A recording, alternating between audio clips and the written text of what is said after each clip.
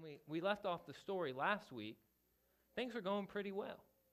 Although Joseph's brothers had intended him harm by sending him off into slavery in Egypt, God had kind of hopped in the middle of it and flipped the script, and God was with Joseph, and so God made him prosper. And not only did God just prosper Joseph, but through Joseph, God was able to provide and provided for the entire family when the famine came. And all of Joseph's 12 brothers were able to come down to Egypt and have enough to eat through those difficult years. And God took care of the family. They settled in a part of Egypt that was called Goshen. And there the Bible tells us they were fruitful and multiplied. Fruitful and multiplied. The words of the commandment that God had given years before in the garden when he turned to Adam and Eve and he blessed them and he said, be fruitful and multiply and fill the land. And now with Joseph and their offsprings in Goshen, it's finally happening. It seems like everything's going to work out. But then there's a new king. There's a new Pharaoh in Egypt. And this Pharaoh didn't know Joseph. He didn't know of his legacy or how the past or previous Pharaoh had made him second in command over all of Egypt. And this Pharaoh looks out on those Hebrew people, how they're growing, how they're multiplying, how fruitful they are, and he gets afraid. He says, look at how many of them there are. If there's a war, what if they were to join our enemies? Surely they would overtake us. There are too many of them. And so this new Pharaoh, out of fear, made them all slaves. He was afraid of them. But then sometime later, God comes to one of these Hebrews. Although he's not living in Egypt anymore, this Hebrew named Moses. But you see, Moses was kind of funny. He really didn't fit in anywhere. He was born a Hebrew, but yet he was raised as an Egyptian. And when he got older, he realized that because he was born a Hebrew, he didn't really fit in with the Egyptians. But because he was raised like an Egyptian, the Hebrews didn't trust him. He didn't fit in with them either. He realized he had no people, so he left it all behind him. He went east to the land of Midian.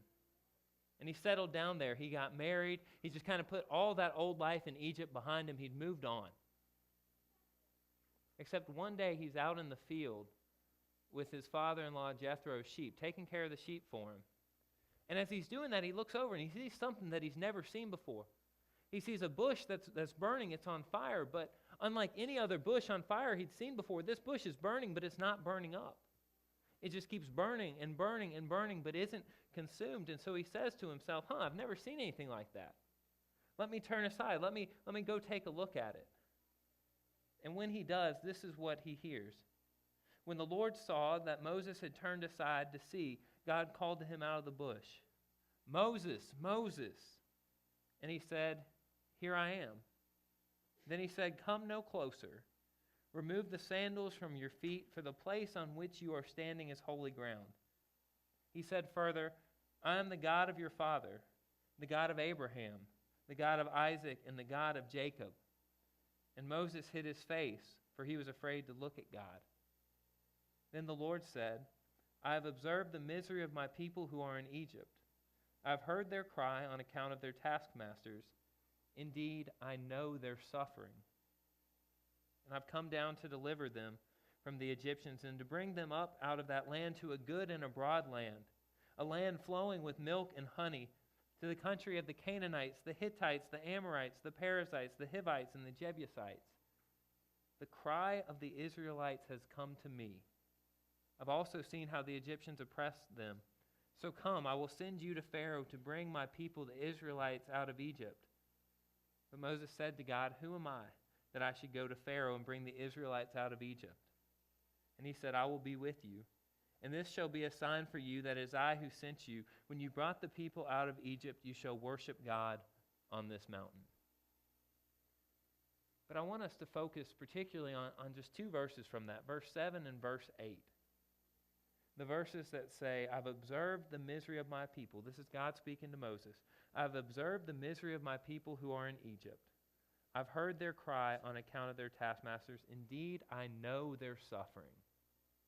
And I'm going to send you to bring them to freedom. I know their suffering. To be honest, that's one of my favorite verses in the whole Bible. And sometimes when it's being translated, sometimes people translate that as God saying, I'm concerned about their suffering.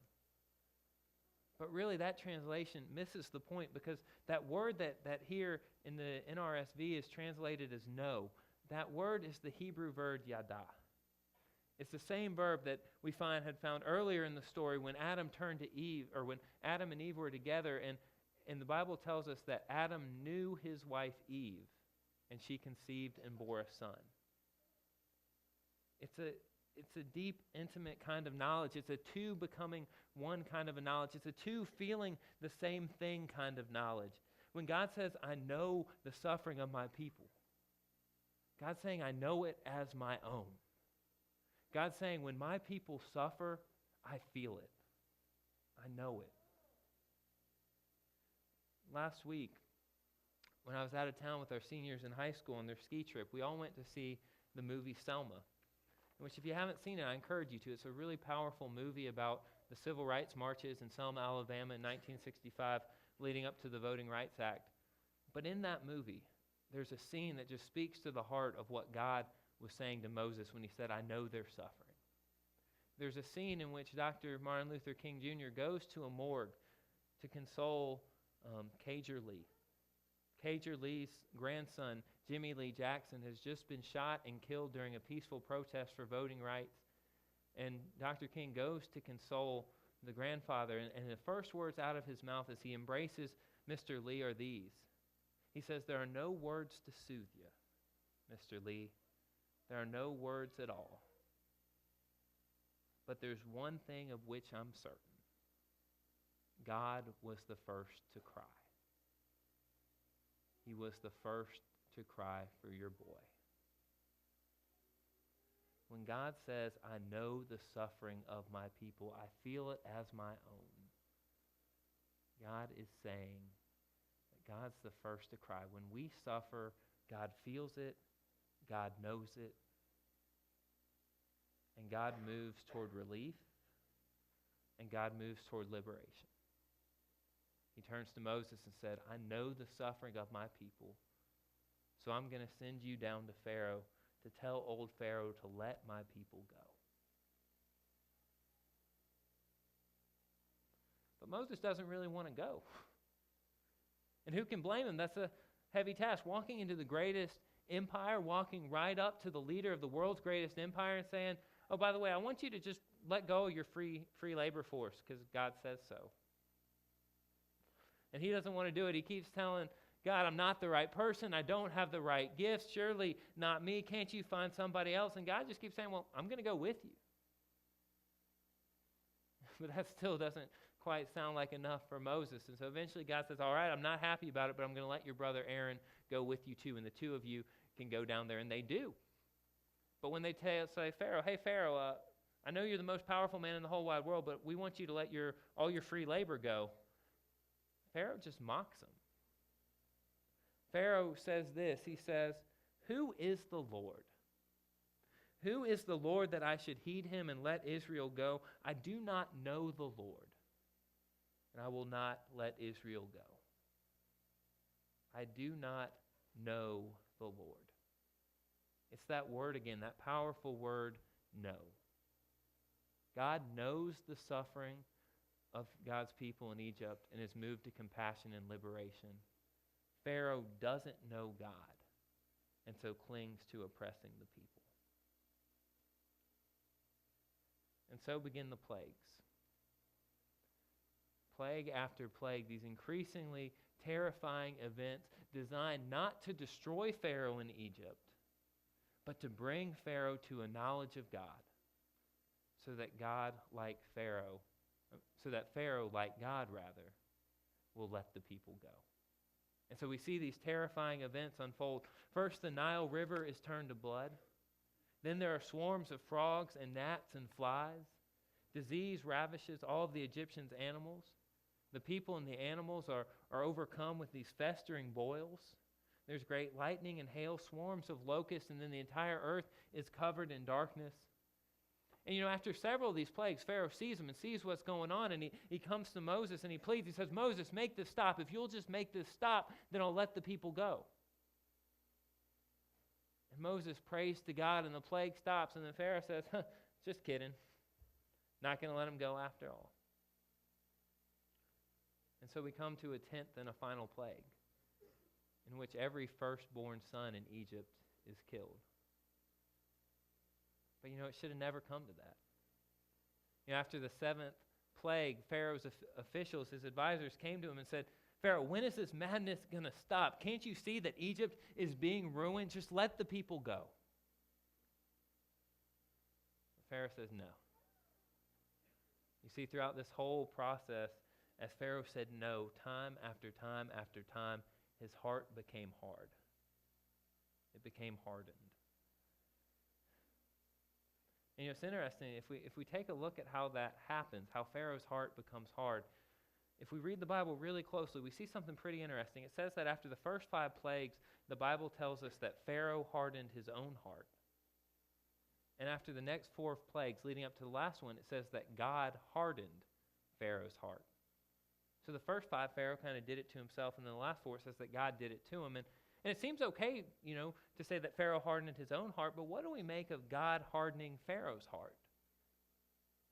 I mean, if God is in the business of hardening people's hearts, or if God's in the business of making it harder for us to hear and follow God, well, then we're all in trouble. But yet after those 4 plagues, it says God hardened Pharaoh's heart. It's a challenging little piece in our story. But I love what my Old Testament professor, Ellen Davis, made of it, the way she commented on this progression of how Pharaoh's heart hardened. She looked at it this way. She said that through those first 5 plagues, Pharaoh is given opportunity after opportunity after opportunity to come to know God and follow God and let the people go. But each time he said no. And he said no, and he said no, and he became more and more entrenched. So he got to the point where just that very offer, he was so entrenched, he was so shut off from it, that the very offer of it just instinctively drove him further away. It's kind of like, let me ask this, have any of you ever been nagged? At the early service, I saw some people shaking their head no, and then getting hard elbows with their sarcastic shaking of their heads of no's, but we know what it's like to be nagged, right? Someone asks us for something and we say no. And they ask it again and we say no. And we keep saying no and we keep saying no. And then we start saying other words before the word no. And we just get more and more adamant and more entrenched. And it gets to the point where that person doesn't even have to ask us anymore. If we just see them, our blood pressure rises. That's what Dr. Davis made of this scene. Pharaoh had become so entrenched that the very presence of God turned him away, because he turned away so many times before. He didn't want to see it. He didn't want to hear it. God's very presence ended up taking him further away from God. That's an important word of caution for us too. It's a word of caution that if we say no to God's grace too many times, if we say no to God's leading, if we feel God leading us to be about God's liberation, helping those who are suffering, easing those who are suffering or in poverty or in need of help, if we say no too many times, we might end up with our own hearts hardened. We too might end up where it's hard for us to hear God's call, or even worse, like Pharaoh, when God's call comes to us, it might seem offensive to us and actually drive us further away.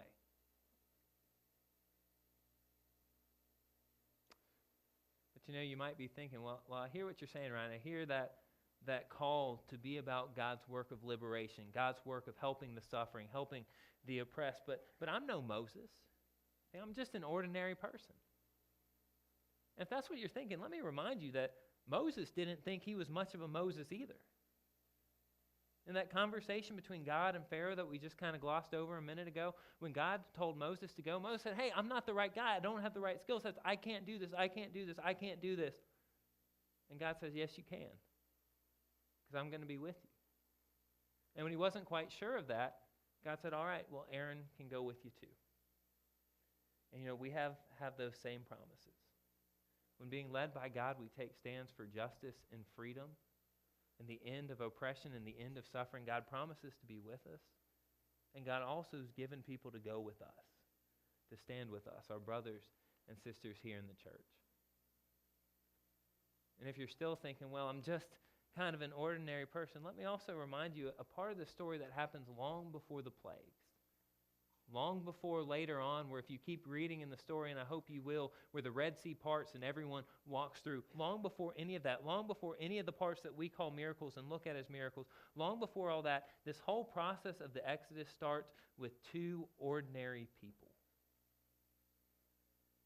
Two ordinary midwives named Shiphrah and Puah. You see, even after Pharaoh enslaved the people, they continued to multiply. They continued to be fruitful. Pharaoh was still afraid. He said, all right, now here's what I'm going to do. I'm going to call the midwives, and I'm going to tell them that every baby boy who's born will be put to death immediately upon birth. But these two midwives, these two ordinary women, said no. They refused to be part of suffering and chose to be part of life and hope. They chose that path of civil disobedience, and they turned back to Pharaoh and said, Pharaoh, we tried to do what you say, but we can't. You see, the Hebrew women, they're not like the Egyptian women. They're much more vigorous, is the biblical word. They're much faster. We get the call that they're in labor, and by the time we get there, the baby's already born. Everything's cleaned up and taken care of. There's nothing we could do. They refused to be a part of suffering and chose to be a part of life. Two just ordinary people. Much like so many of the people that we remembered this past Monday on the King holiday. Those who stood with Dr. King and others were just ordinary people who chose to say no to oppression and chose to stand up for those who were yearning to be free. You know, it's interesting. Mark Twain once said that history doesn't repeat itself, but it often rhymes. And that's one of the things that we're going to see as we continue in this story. We're going to see these same themes popping up time after time after time. And the threat with this series, this kind of preaching, is that we might jump too far ahead. And I'm going to try not to do that, but I do want to mention something else in our biblical story that rhymes with everything that we've said today. It comes in Matthew's gospel. In the 2nd chapter, there's another king, much like Pharaoh, who's afraid that someone's going to rise up and take away his power. And so this king, just like Pharaoh, decides that all the baby boys will be killed. But at least one escapes. And his name's Jesus. And he and his family escape down to Egypt. And sometime later, when the coast is clear, they come out of Egypt, just like Moses had led the people out of Egypt all these years before. And this Jesus' purpose is the same as Moses had been, to set the people free. In fact, Jesus' first words when he stands up in a synagogue for the first time are words of liberation. He says these words, "The Spirit of the Lord is upon me, because he has anointed me to bring good news to the poor. He sent me to proclaim release to the captives and recovery of sight to the blind, to let the oppressed go free, and to proclaim the year of the Lord's favor." They're words of liberation. My friends, our God is as much about liberation today as God was when God spoke out of that burning bush to Moses. God still knows our suffering. God is still the first to cry. And when we come to know that about God, when we come to know the things that breaks God's heart, just like Moses, we too are sent to ease suffering wherever we go, however we can. For God's followers ease their neighbor's suffering. And we know sometimes that's a hard thing to see in the midst of our busyness. And sometimes that's a hard thing to have the courage to take stands at times and say, that's not right. You're not treating that person the way you should. So if you're willing, I invite you to pray a courageous prayer with me. To pray that God will break our hearts for what breaks God, that God will open our eyes to those who are suffering, and God will give us the courage to stand alongside them, to hear their stories, to hear their tears, to console them, to give them hugs and signs that we love them and care for them, to bring them relief. So if you're willing, I invite you to pray this prayer with me. Eternal God, the story of the Exodus still rings true to us. That you are a God whose heart breaks over the suffering of any of your children. So now, oh God, we ask that you will open our eyes to suffering wherever we might find it, in any parts of our community, in any parts of our town, around the world. And Lord, when you show it to us, we ask that you will give us the courage to do what we can, knowing that you're with us, that we will do what we can to ease it, to bring about hope and relief and new life. Lord, we ask for these things in the name of Jesus. Amen.